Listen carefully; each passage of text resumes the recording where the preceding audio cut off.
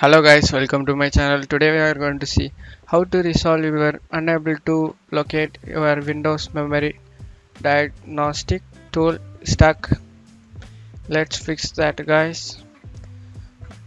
First thing I recommend to do, go to search menu and type event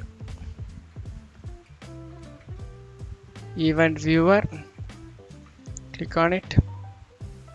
Go to event viewer here Windows log. Click on it. Windows log, then go to system, right click on it, find, click on it. Here you need to type memory, memory diagnostic, Diagnostic minus symbol results, results. Find next. Here we found result. You need to double click on it to view the details report. Next I recommend to do search menu and type cmd.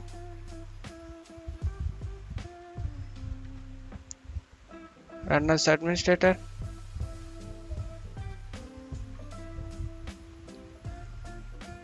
Now check my description for two commands.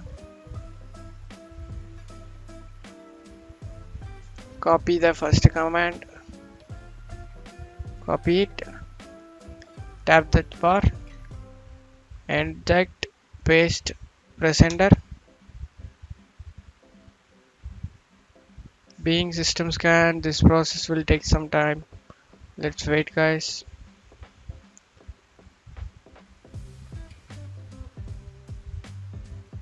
Being verification phase of system scan, this need to be 100% need to complete.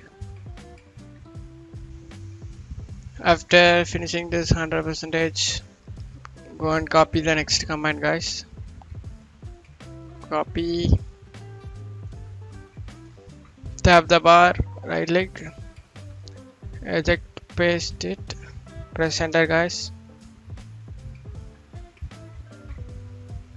After finishing this 100%, go and restart your PC guys. That's it for today's video.